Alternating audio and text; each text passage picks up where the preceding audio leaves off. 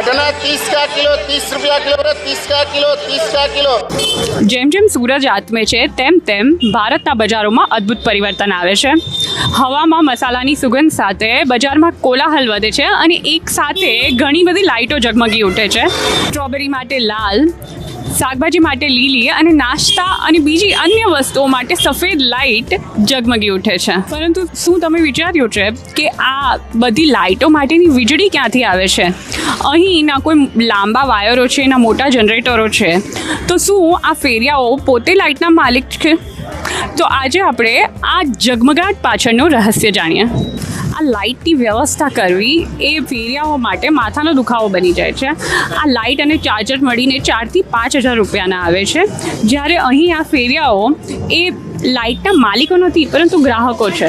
તે લોકો 20 થી 25 રૂપિયા ભાડું ચૂકવે છે અને આખી સાંજ માટે નિશ્ચિંત બની જાય છે. આ બેટરી નથી પરંતુ ઝીરો મેન્ટેનન્સ સર્વિસ છે કે તમારી બેટરી બગડી જાય અથવા તો લાઇટ ના ચાલે તો 15 મિનિટની અંદર નવું સેટઅપ હાજર થઈ જાય છે. આ એક ભાડું નથી પરંતુ તમારી કમાણી અટક્યા વગર ચાલુ રહે તેનો વીમો તમે કહી શકો. તમને લાગતું હશે કે આ કારની બેટરીઓ જેવી મોટી બેટરીઓ છે પરંતુ આ 15x10x5ની નાની બેટરીઓ જે પાવર બ્રિક્સ કહી શકાય એ પ્રકારની છે. આ બેટરીઓ સ્કૂટર પર આરામથી 20 થી 25 નંગ જેટલી તમે લઈ જઈ અને લાવી શકો. આ સ્કેલ નાનો નથી. એક લાઇટ વેન્ડર 500થી વધારે ફેરિયાઓને આ બેટરીઓ પૂરું પાડે છે. તો હવે વાત કરીએ લાઇટ પ્રોવાઈડરની. આ લોકો એક નાના રૂમમાંથી આખું સામ્રાજ્ય ચલાવે છે.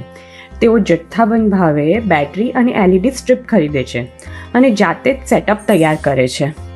2 કિલોમીટરના વિસ્તારમાં 1-2 સ્કૂટર દ્વારા આખું નેટવર્ક સંભાળવામાં આવે છે. ગણિત સમજો, જો 500 ફેરિયા દરરોજના 20 રૂપિયા આપે તો લાઇટ વેન્ડરની રોજની આવક 10,000 રૂપિયા થાય.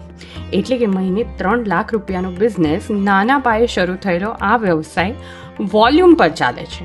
ઓછા ખર્ચે વધુ ગ્રાહકો અને સ્પીડ સર્વિસ આ જેની સફળતાની ચાવી છે. 20 રૂપિયાની લાઇટ માત્ર અજવાળું નથી પાથરતી પરંતુ એ હજારો લોકોની રોજીરોટી ટકાવી રાખે છે. જે ફેરિયાની મહેનતના 4-5 કલાક વધારી દે છે અને જેને કારણે તેમની આવકમાં વધારો થાય છે. આ એક ભારતીય કોઠાસૂટ છે. તમે એને એવું કહી શકો કે આ એવો જુગાડ છે જે બેટરી એઝ અ સર્વિસ પૂરી પાડે છે. તો આગલી વખતે જ્યારે તમે બજાર જાઓ ત્યારે આ બેટરીઓ અને તેની પાછળની મહેનતને જોજો. ધંધો કરવા માટે કોઈ મોટા સેટઅપની અથવા તો મોટી સુખ સુવિધાઓની કે કંપનીની જરૂર નથી હોતી. બસ એક સમજણની જરૂર હોય છે. તે આ બેટરીનો બિઝનેસ સાબિત કરે છે.